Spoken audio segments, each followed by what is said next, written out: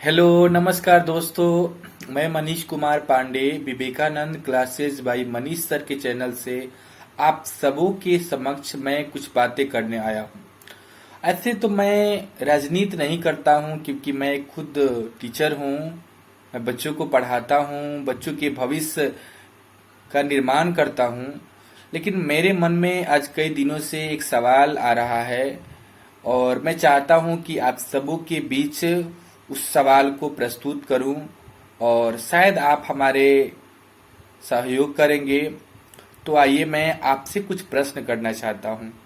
देखिए, आज हम कई दिनों से देख रहे हैं कि कभी कभी हिंदू मुसलमान में आपस में दंगे फसाद होते हैं। तो कभी कभी हम लोग वोट के समय देखते हैं कोई व्यक्ति ब्राह्मण का प्रचार प्रसार करके कि हम मतलब ब्राह्मणवाद जिंदाबाद, तो कोई सहनी का प्रचार प्रसार करता है। फेसबुक पर देखते हैं हम, बहुत सारा कमेंट आता है कि हम इस जाति के हैं, हमें वोट दीजिए, या कई तरह के नारेबाजी करता है। और बहुत सारे नेता भी आते हैं जो अपने अपने बात को रखते हैं, कई सारे प्लानिंग भी करते हैं कि हम इतना रोजगार देंगे, हम इतना चीज करेंगे। लेकिन हम लोग उस नेता की बातों पर ध्यान तब तक देते हैं जब तक चुनाव के पहले तक ही ध्यान देते हैं। जैसे ही चुनाव खत्म हो जाती है, फिलहाल के समय में अभी हिंदू मुस्लिम में विवाद चल रहा है, मैं इस पर टिप्पणी करना नहीं चाहता हूं। लेकिन कभी हम लोगों को आवाज उस वक्त उठाना चाहिए जैसे अभी प्रेजेंट टाइम में महंगाई बहुत ज्यादा है। हमारे भारत देश में महंगाई बहुत ज्यादा है। कुछ लोगों के मन में ये भी कह रहे होंगे कि सर महंगाई तो होगा ही, अगर पॉपुलेशन जनसंख्या बढ़ेगा तो महंगाई होगा ही। तो आखिर में ये सभी को समझना होगा, ये हम सभी लोगों को समझना होगा कि जनसंख्या को नियंत्रण कैसे करें। साथ ही साथ महंगाई बढ़ने का बहुत सारा तरीका है। अभी हम आपको बता देना चाहते हैं कि पेट्रोल की कीमत मतलब अपने सेंचुरी से पार 100 से पार हो चुका है। और हम पत्रकार महोदय या मैंने कई सारे गूगल के माध्यम से पढ़ा तो मैंने देखा कि जो पेट्रोल की कीमत है वह 53 से 54 रुपये सरकार को मिलती है। लेकिन उसके बाद आज हम लोग को 110 से 15 रुपया तक पेट्रोल लेना पड़ता है। आखिर में जब हम 115 रुपया पेट्रोल लेते हैं तो इतना टैक्स किसको पे करते हैं? सरकार को पे करते हैं। हम लोग हर एक सामान, जैसे कि हम लोग बिस्किट तक एक खरीदते हैं, एक शैम्पू खरीदते हैं, वहां भी सरकार को टैक्स देते हैं। और मैं खासकर बता दूं कि मैं तो एक बिहार राज्य से बिलोंग करता हूं और भारत का सबसे पिछड़ा राज्य जो है वह बिहार है। तो मैं पूछना चाहता हूं कि आखिर में हमारा राज्य बिहार पिछड़ा ही क्यों है? बिहार से बहुत सारे बच्चे जो आईएएस आईपीएस ऑफिसर बनकर जो है भारत के कई सारे राज्यों में काम करते हैं। लेकिन इसके बावजूद भी हमारा बिहार राज्य पीछे है। आखिर में क्यों? इन सभी चीजों को हम लोगों को ही समझना होगा। हम लोग कभी रोजगार के लिए हम लोग सड़कों पर क्यों नहीं प्रदर्शन करते हैं? हम लोग कभी जो है महंगाई के लिए क्यों नहीं सड़कों पर प्रदर्शन करते हैं? करते हैं, 1 से 2 दिन तक हम प्रदर्शन करेंगे, फिर साइलेंट हो जाएंगे, फिर शांत हो जाएंगे, सरकार भी शांत हो जाती है। तो कभी हम लोगों को उस समय कुछ दिनों तक सरकार के सामने प्रदर्शन करना चाहिए, सरकार के सामने अपने बातों को रखना चाहिए कि हमें भी महंगाई जो बढ़ रही है उसको कंट्रोल किया जाए। और इनमें सभी लोगों का योगदान है, इसमें आपका भी योगदान है और हम लोगों का भी योगदान है और मेरा भी योगदान है।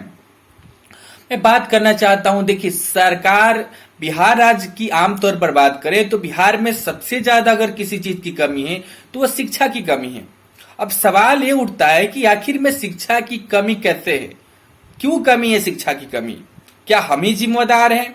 क्या सरकार जिम्मेदार है? नहीं, हम सभी लोगों की जिम्मेदारी है। यहाँ हमारी भी जिम्मेदारी बनती है और सरकार की जिम्मेदारी बनती है।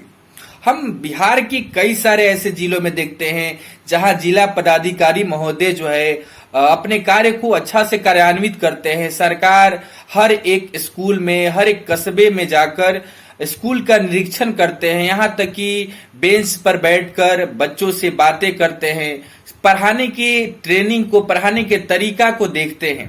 काफी अच्छा लगता है।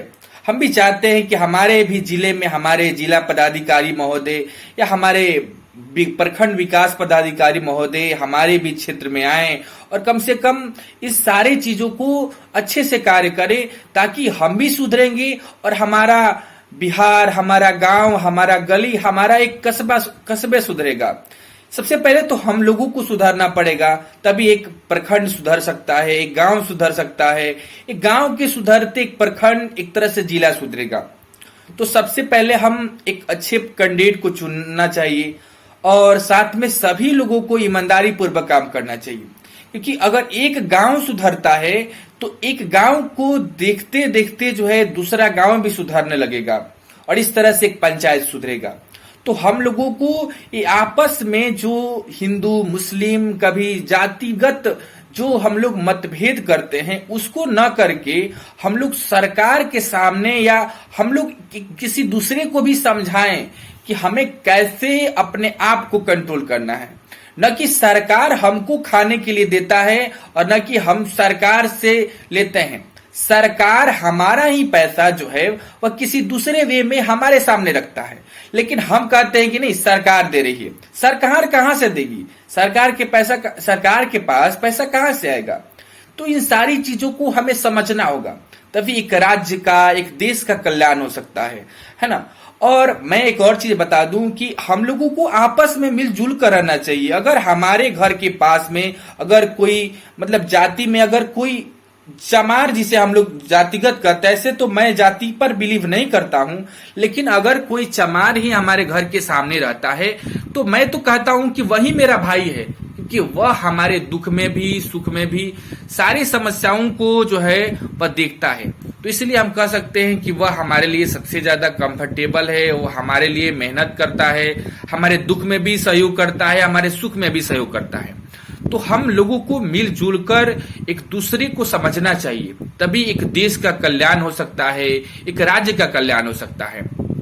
खासकर मैं राजनीतिक पर बात करना ही नहीं चाहता हूं, क्योंकि मैं तो चाहता हूं कि हम लोग सुधरे। और हम लोगों को सुधरना कब होगा? हम लोग नहीं सुधरेंगे। देखिए, सबसे बड़ी बात है कि बिहार में आज अगर शिक्षा की कमी है तो जानबूझकर शिक्षा को कम किया जाता है, शिक्षा रूपी खंबा को जानबूझकर कमजोर किया जाता है।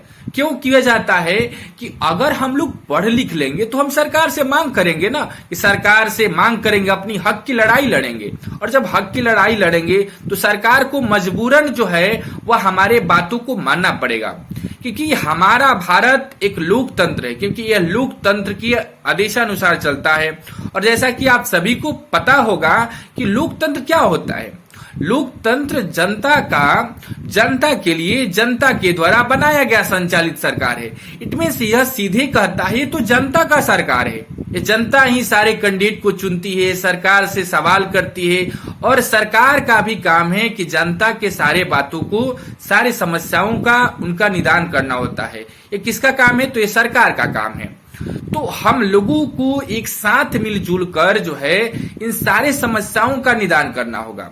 अगर हमें दिक्कत होती है, हमें दुख होती है, तो सरकार क्या करेगी? सरकार कुछ नहीं करेगी। थोड़ी देर के लिए, अगर आप थोड़ी देर के लिए वीडियो आपका वायरल हो जाता है तो कई सारे नेता मतलब कि मंत्री आएंगे आपको और जो है कि आपको बहुत सारा शाबाशी देंगे। तो हम लोगों को ये समझना होगा कि वो थोड़ी देर के लिए करते हैं, जिंदगी भर हमें ही करना है। तो हमें जो भी कदम उठाना है वो सोच समझकर कदम उठाना है और अपनी समस्याओं का मांग करना है ना। इसके लिए मैं काफी ज्यादा धन्यवाद देना चाहता हूं। अगर आपको मेरा बात पसंद लगता है तो आप कमेंट बॉक्स में जरूर राय दें, और अगर मैं गलत भी कहता हूं तो आप हमें माफ कर देंगे, और साथ में आप हमें यह बताएं कि हमें क्या करना चाहिए। आप हमें समझाएंगे। हो सकता है कि मैं गलत हूं, तो गलत हूं तो भी हमें समझाना आपका कर्तव्य बनता है, क्योंकि मुझे जहां तक समझ में आती है तो हम लोगों को पहले सुधरना होगा। और देखिए, एक और चीज मैं बता देना चाहता हूं, कभी हम लोग जय श्री राम, तो कभी अल्लाह, तो कभी मैं एक सारी चीजों पर नहीं, क्योंकि देखिए मैं राम को भी मानता हूं और मैं अल्लाह को भी मानता हूं, भगवान सब एक होते हैं। लेकिन मैं कहना चाहता हूं कि अगर आप राम की बातों को मानते हो तो राम के विचारों को तो पालन करो। रामायण जब हम लोग देखते हैं तो राम को आदर्श पुरुष कहा गया है। वही राम ना जिन्होंने 14 साल जंगल में व्यतीत कर लिया है अपने पिता के मान मर्यादाओं को रखने के लिए। आज कई सारे ऐसे बच्चे हैं जो क्या पिता की आदर करते हैं? नहीं करते हैं। तो मैं पूछना चाहता हूं कि अगर हम राम की नारा लगाते हैं तो हम राम के बातों का भी पालन करें, राम के विचारों का भी पालन करें, है ना? क्योंकि वही राम है जो मंथरा जो कैकई को सिखाती है, वही राम जो है उस मंथरा को माई कहकर पुकारते हैं और उस मंथरा को उतना इज्जत देते हैं जितने अपने माता को इज्जत देते हैं। तो यही हमारी संस्कार है, यह हिंदू धर्म का संस्कार है, जहां एक हिंदू धर्म दूसरे को इज्जत करता है, दूसरे का आदर करता है। तो हम सभी लोगों को आदर करना चाहिए, एक दूसरे का आदर करना चाहिए। हम ये नहीं कहते हैं कि आप आपस में वाद विवाद करो। हाँ, अगर कोई आपको परेशान करता है तो आप उसे छोड़ो भी मत, मैं ये भी कहता हूं। लेकिन अगर आपको कोई परेशान नहीं करता है तो आप वैसे मुद्दे उठाओ जहां पे हम सभी लोगों का लाभ हो, है ना? ओके, तब तक के लिए मैं धन्यवाद करता हूं। और अगर वीडियो पसंद आए तो आप हमारे वीडियो को लाइक करेंगे और चैनल को सब्सक्राइब करेंगे और आप अपना राय कमेंट बॉक्स में जरूर देंगे ताकि मुझे और भी मोटिवेशन प्राप्त हो आप सबों के समक्ष से कि मैं अभी छोटा हूं और मैं हर एक दिन बड़ों से भी ऐसा नहीं है कि मैं बहुत बड़ा हो गया हूं, है ना? तो मैं आप छोटे से भी सीखता हूं और बड़ों से भी सीखता हूं। इसके लिए मैं काफी ज्यादा आपको आभार व्यक्त करता हूं कि आप लोग जो है हमें ऐसे ही मतलब कि सपोर्ट करते रहें। मैं आप सबके बीच हमेशा आता रहूंगा और मैं हमेशा कुछ अच्छा करने की कोशिश करता हूं। बस आपकी दिन रहे, है ना? आपका आशीर्वाद रहे। ओके, बाय, जय हिंद, जय भारत।